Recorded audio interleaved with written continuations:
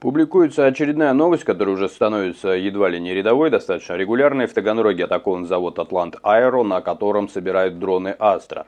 Таганрог подвергся воздушной атаке в ночь на 19 апреля. Как сообщил губернатор Ростовской области Юрий Слюсарь, ранены 3 человека, возник пожар на территории складских помещений. «Астра» выяснила, что атакован завод «Атлант Аэро», который производит беспилотники. Там, в частности, выпускают ударно-разведывательные дроны типа «Молния» и комплектующие для беспилотников «Орион». Мне в последнее время стало, наверное, пару слов, 5 копеек своих добавлю, уж какая-то такая риторика поменялась, по крайней мере, в российском, не знаю, ТВ, около ТВ, начиная с Киселева некого, который как-то очень влажно и радостно говорил о том, что где-то может быть радиоактивный пепел, то есть такие угрозы европейским странам, насколько я помню. Плюс к этому как-то вот недавно попадалось вообще высказывание на уровне депутатов о том, что надо вообще там как-то не разбираясь бомбить, по-моему, в этом случае говорилось про Украину. У меня все время возникает вопрос, это обращение к кому идет? К тем, кто попадает по Таганрогскому, если все это право, да, не то что это, уже есть масса подтвержденных, и это, я так понимаю, подтвержденные, то есть достаточно точные, почти филигранные попадания по тем объектам, которые Украина ставит себе, они фиксируются. И когда есть призывы, не надо вообще разбирать все, там чуть ли не ковровые бомбардировки. Мне всегда хочется уточнить, вы к кому обращаетесь? К ним или к кому? И по поводу пепла тоже. Вот у меня так иногда, вот у вас возникает или нет, да, если откинуть, где какие стороны, вот, да, давайте просто будем разбираться, что вот происходит, что есть и раненые, там, допустим, бывают погибшие, есть удары, есть некая цель, где производят дроны, то есть, да, с точки зрения боевых действий, это разрешенная, скажем так, цель. И вдруг кто-то вокруг этой цели начинает говорить, надо куда попало. Вот так, если со стороны смотреть, и ты не разобрался, где кто и что говорит, то ты такой думаешь, может, не надо. Вот заводы горят, не знаю, научитесь со своей стороны там защищать эти заводы. Желательно не ценой окружающих местных жителей. Потому что мне попадалась опять же какая-то странная инициатива, давайте вот дроны, которые летят по этим заводам, давайте какие-то дирижабли сделаем, которые будут распылять какую-то штуку, короче говоря, будут их ослеплять. А их пролетают сотнями за ночь. Такая средняя величина. Значит, они будут все сотни падать, то есть их не надо даже сбивать, просто пусть они будут становиться слепыми. Но слепой будет падать на жилой массив. То есть до завода он не долетит, и вот эта сотня грохнется где-то по жилым кварталам.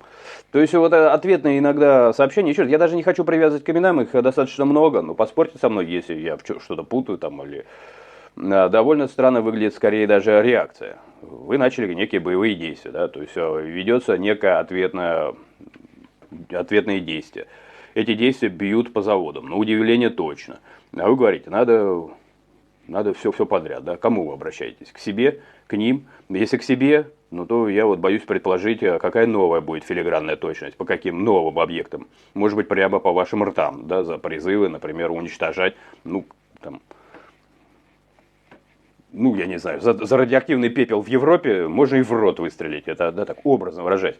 В общем, возникают вопросы, потому что мне кажется, что за словами надо следить вне зависимости от того, какую бы ты сторону ни занимал. Потому что, когда твои слова, особенно если ты политический деятель, там, не знаю, аналитик какой-то военный, если это вообще твоя тематика, вот для меня это не совсем тематика, для меня скорее события и защищенность людей.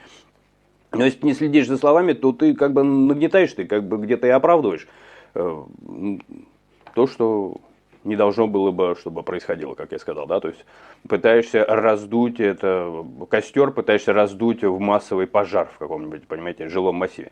Выглядит так со стороны, опять же, не знаю, друзья, пишите со своей стороны, как вы это видите, я могу что-то, да, не отследить, может быть, где-то переиначено, где политизация и идеологические войны, там вообще политическая риторика, которая равно вранье, верить этому сложно. Больше того, за это вранье, если ты повторяешь или не соглашаешься, иногда бывают статьи за то, что ты дискредитируешь там, или там какую-то ложную информацию даешь о ком-то, о каких-то силах вооруженных там или так далее. Это вообще непонятно, как все это должно работать. На мой взгляд, хочется призвать, прекратите молоть языком. Говорите по делу, чтобы люди знали, где им быть, где не быть, где опасно, где безопасно.